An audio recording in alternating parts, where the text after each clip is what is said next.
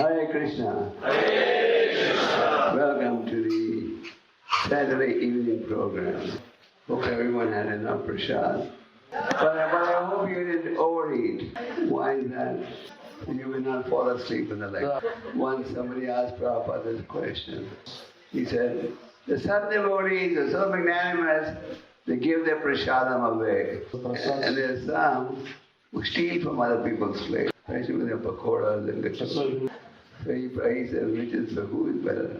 Prabhupada said, they're both good. At least they like prasad. So, prasad is the mercy of the Lord. Krishna says in the Bhagavad Gita, those who eat without offering to me are eating only sin.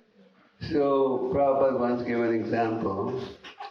He said, if you take a piece of grass and try to break it, it will break very easily.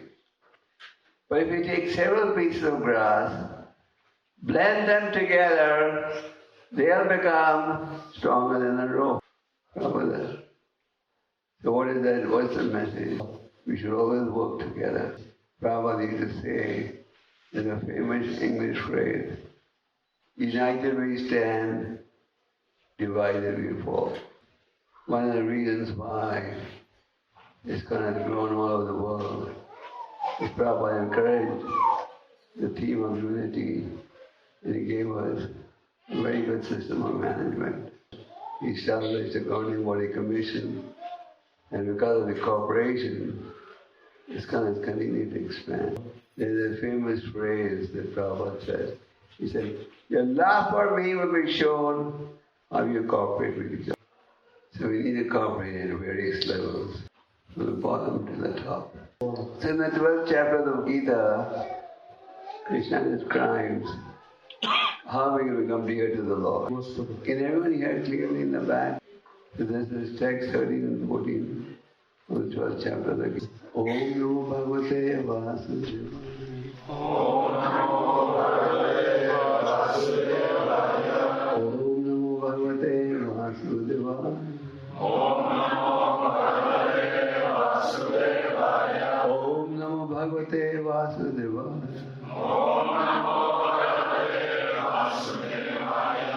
So these two verses describe the qualities that we should develop. In our scriptures, there's so many references to the qualities that we should develop. In the Chaitanya Charitamrita, our Chaitanya talks about 26 qualities of Sanatana Goswami. Prahlad Maharaj talks about qualities to develop. And the Bhagavad Gita, there are references also. At the same time, we just do the translation and the beginning of purport. Give me the translation from Om Agya Timirandasya Jnanam Janasavakya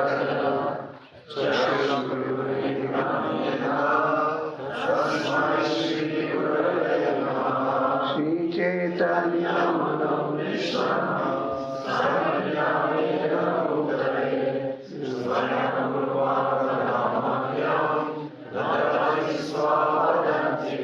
Jai Shri Krishna Chaitanya Prabhu Nityananda Shri Hare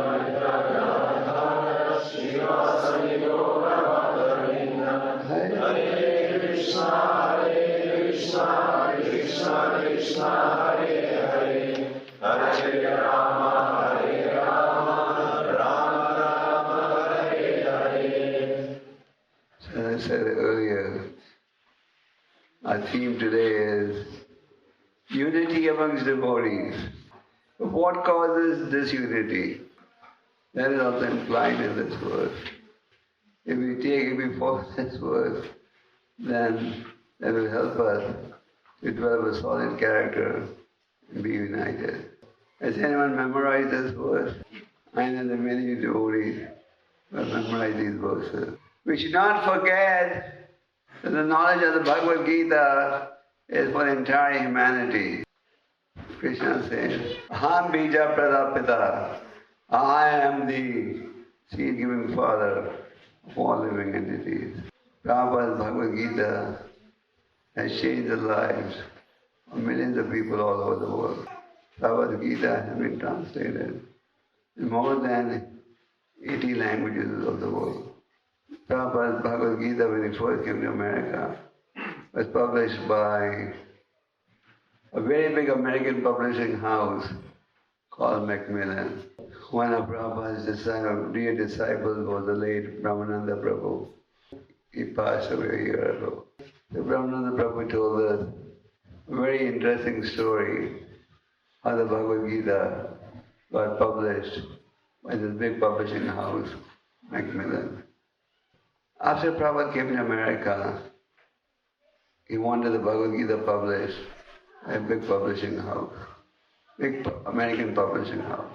Once Prabhupada had translated the Bhagavad Gita in India, and he was looking for a publisher. Later, when he found somebody who was ready to finance it, he discovered the Bhagavad Gita manuscript was lost. But he did not get discouraged. He retranslated the whole Gita. Yesterday we discussed the 50th anniversary of incorporation of 𝐿IKE. So Prabhupada told Brahmananda and other disciples, look for a publisher who would print the Bhagavad Gita.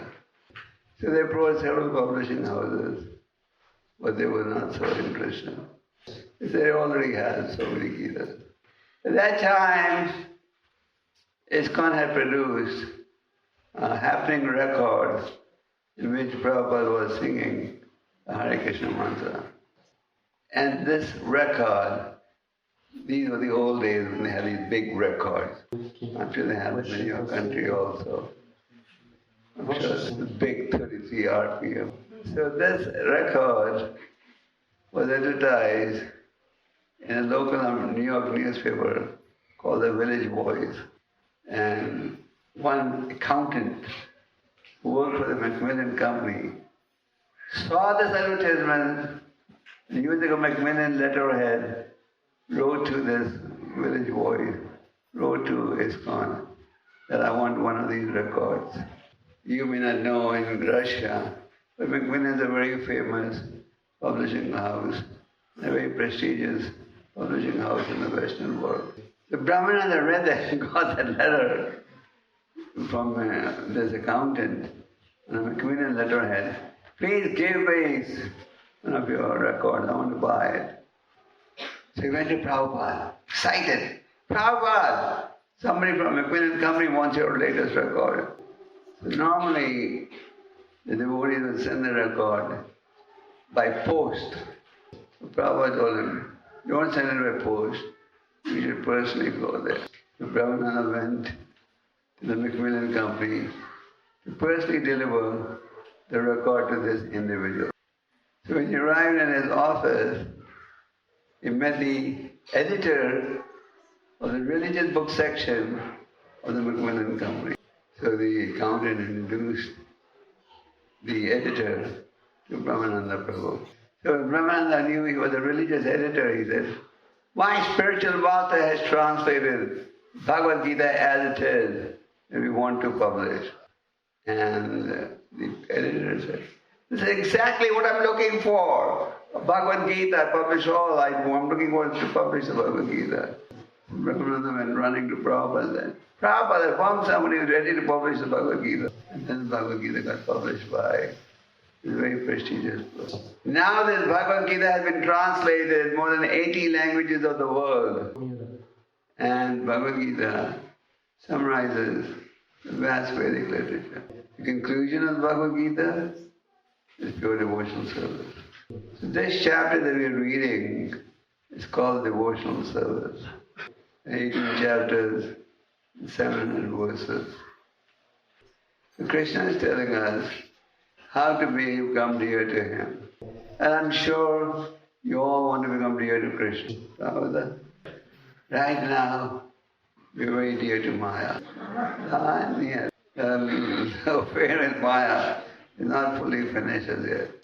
𝐾𝐢𝐬𝐭𝐫𝐚𝐜𝐿. So we need to do Shravanam Kirtanam, to terminate that relationship. So first in Krishna says, Advesha Sarva Bhutanam. The word Advesha means non-envious. What's the cause of conflict amongst devotees? In the material world, to unite anyone is not easy. However, everyone is independently minded. One of the causes of disunity is, I think this other person should not be doing what he's doing. I'm envious of him. So we criticize, we compete. But if you recognize that ultimately the Lord is the proprietor, then where is the question of envy? In the Chaitanya Charitamrita, read the story of Sarvabhauma Bhattacharya. He was a staunch impersonalist who got converted to personalism.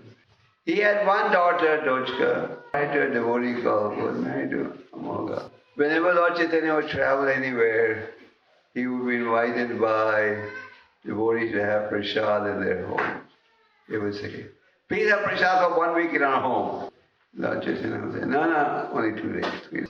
So Lord Chaitanya was invited to the house of Sarvabhauma Bhattacharya for prasad. He knew his son-in-law was very critical of Lord Chaitanya. So Sarvabhauma Bhattacharya would stand at the door with a stick to make sure that Amogha could not come in and see what was being offered to the Lord. Amogha would paste his ears against the wall and he would very carefully hear Lord Chaitanya's words to see if he could find any faults. Lord, the devotee, Lord Chaitanya, Sarvabhauma Bhattacharya's wife, would cook many items, but the Lord would eat very few. So one day, Sarvabhauma Bhattacharya had to leave guarding the door to help his wife serve the Lord. And Amogha had a chance to come and see what was on the table. And he saw all these items. He said, look at this sannyasi, pretends to be a Radsi and he's eating more opulently than a householder. Sarvabhauma Bhattacharya was so angry. He ran behind him, but he could not catch up. A little later, Amogha got infected a bit. He was on his deathbed. Lord Chaitanya, when he heard about him, on his deathbed, went to see him. Lord Chaitanya kept his hand on Amogha's chest and said, as long as envy is in the heart, Kṛṣṇa will not reside there. Do you like eating next to a garbage can? Do you like sitting near a garbage can? So Kṛṣṇa doesn't like sitting next to a dirty heart. So we need to clean the heart of envy. He has something that I don't have. That's the beginning of envy. That's the beginning of disunity. Kṛṣṇa says, don't be envious. Then he says, Sarva Bhutanam. Sarva Bhutanam means friend to all living entities. That's the nature of a devotee. Friend of everyone. In the third canto, our Kapila describes the qualities of a saintly person. And he says, Surya Sarvadhinam, friend of all living entities. Friend of even the insects and the ants. Regarding the hunter, got purified by Narada Muni's association, and he would not even place his feet on the ground till he saw that there was no entity on the ground. So devotee is a friend of everyone. Others may consider him to be their enemy. He doesn't. The classic example is that of Haridas Thakur. Everyone knows Haridas. Haridas would chant here 1,000 times a day. So, the local Mohammedan chief to request Haridas ordered him to stop chanting the name of Krishna. When Haridas refused, it was dragged through 22 marketplaces by the servants of the king. Whipping Haridas, don't stop! Stop chanting, stop chanting, stop chanting. By the time somebody reached the second market, he would be dead by this whipping. Haridas was dragged to 22 marketplaces, and still he was alive, chanting the holy name with no signs when he's beating on his body. The servants who were whipping Haridas were scared of their lives. They were thinking, now the Qazi only was alive. We've been caning for 22 marketplaces, we've dragged his body, but he's still alive. And what was Haridas thinking? What's going to happen to those people who Qazi commissioned to kill me? If I don't die, these people will not be left alive. So Haridas controlled his breathing process, and it became evident that he's dead now. And those who were whipping him began to rejoice in ecstasy. So here was somebody whipping Haridas to death, and Haridas is thinking about their welfare, not his welfare. Can you imagine so much love for all entities? So they finally told the king, at last Haridas died. He died on the 22nd marketplace. The king said, we should give him a burial. The guy said, no, he was an insult to our religion. Throw him in the Ganga. So they threw him in the Ganga, swam across, and started chanting. When the king heard that sage was chanting and alive, he came and apologized for his offenses. So a devotee is also a friend of those who criticize him. I'd gone with Prabhupada to his high school engagement in Canada in '68. Someone just got up and started criticizing Prabhupada. Prabhupada was very cool, undisturbed. And 2 months later, when Prabhupada left the city, he called that person and blessed him. So a devotee is a kind friend of all the entities. And if you're a friend of everyone, then there'll be no question of disunity. He does not think himself a proprietor and free from false ego. What's the correct understanding? Who is the real Bhokta? Bhokta Ramya Gata Bhosam Savaloka? He's a real enjoyer. Prabhupada said to be Krishna conscious is very easy. Recognize that Krishna is the proprietor of everything. He is the enjoyer. And he's our well-wisher. What does it mean, he's our well-wisher? Krishna knows what's best for me. When Krishna says, Sarva dharma parteja mam ekam shanam rajam tam sarva pamapam moksham vimasacha, I accept it. I don't speculate. I don't challenge. I don't interpret. So we should recognize Krishna as our well-wisher. As our well-wisher, he knows what is best for us. Then Krishna said, free from false ego. Prabhupada explains this point in the purport. Why do we have this false ego? Why? Because we identify with the body. This body is my real self. This morning we were lecturing on Prahlad Maharaja's response to his father. Prahlad Maharaj was saying, if you uncontrolled senses, people are headed towards the hellish planets. They're simply chewing the chew. In the scriptures, you read about examples of different animals, how they get caught to death due to addiction to satisfying their senses. You have the moth. What's the moth attracted to? Light. What's to satisfy his eyes? So in the night when you put on the lights, the moth says, this is what I was waiting for all day. Then you go and kiss the light. He goes to the light and he gets burned to death. Then he has the deer. He has large ears. He's very attracted to sweet melodies. So the hunter, when he wants to capture a deer, he plays a particular melody. You see deers in the park here? In Washington, where our temple is in Potomac, the whole area is full of deers.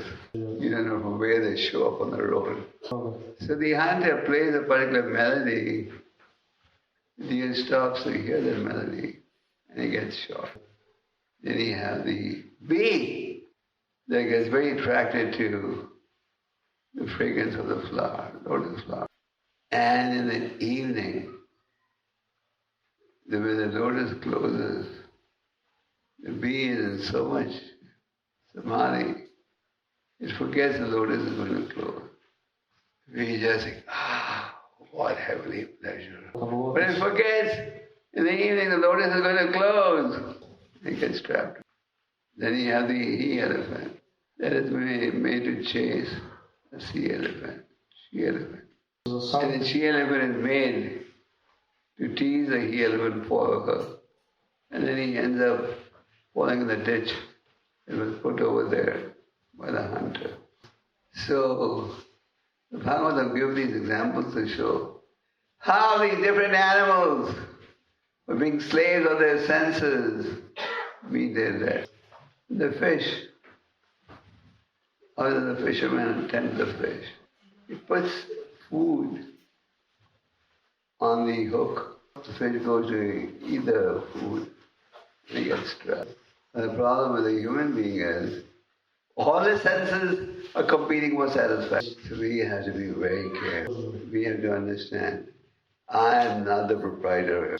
Krishna is saying, free from false ego, free from the concept of proprietorship. I may be a big oligarch, a powerful man, but all these possessions I have, all the bank balances I have, when do they get separated from me? When? And everything's going to get separated in any case. In the 8th canto, you read the story of Bali Maharaj. The Lord had this guy, the Brahmin boy, and assembled and was present in his assembly. Bali Maharaj received the Brahmin boy. What can I do for you? I'm so fortunate. You've come to bless me and my family. Muhammad said, if you want to give me something, just give me enough land. I can keep 3 footsteps. Bali Maharaj said, that's all you want? I can give you a whole planet, a whole island. Why are you asking me for something so little? No, I'll be satisfied with it. Shukracharya was the spiritual master of Bali Maharaj. He said, you fool, you don't realize what you've done. This Brahman is going to cover everything in 3 footsteps and take everything away from you. Bali Maharaj said, everything's going to be taken away from me at death in any case. So the Lord is going to take it now. Let him take it. Everything belongs to him in any case. Why should I worry? So that's the devotee's understanding. I'm not the proprietor of anything. I'm just a temporary holder. Everything belongs to the Lord. There's equal in both happiness and distress.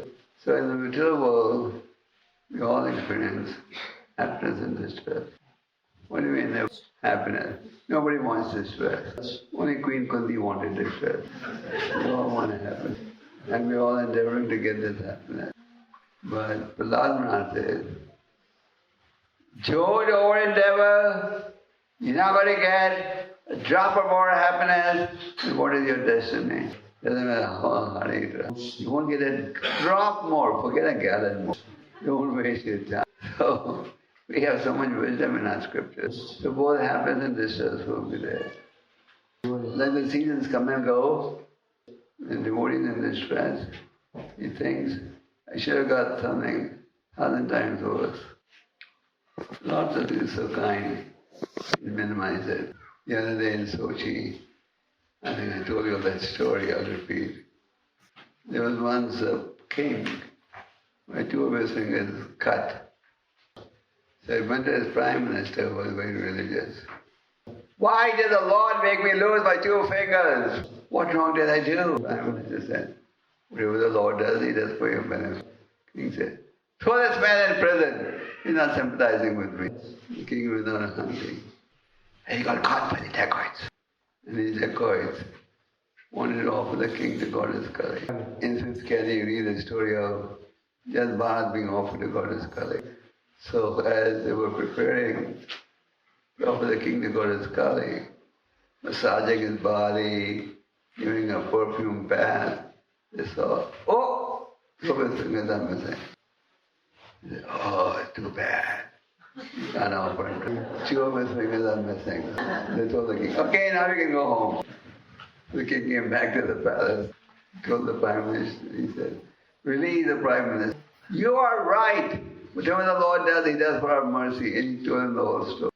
Then the Prime Minister, the king said, you are such a pious devotee of the Lord. Why did the Lord inspire me to put you in prison? The Prime Minister said, you're a fool. If you wouldn't have put me in prison, I would have also gone out with you to the forest. And I would have got caught also. Because all the parts of my body are intact, I would have got slaughtered. So by putting me in prison, you save me from being slaughtered. So the devotee is understanding it. If there is distress, I should be getting 1,000 times worse. When the Lord's mercy is minimized. How do you react when it happens? Generally we find when people are experiencing material happiness, they forget the God. Prabhupada, Krishna says, people come to me in 4 circumstances. What are they?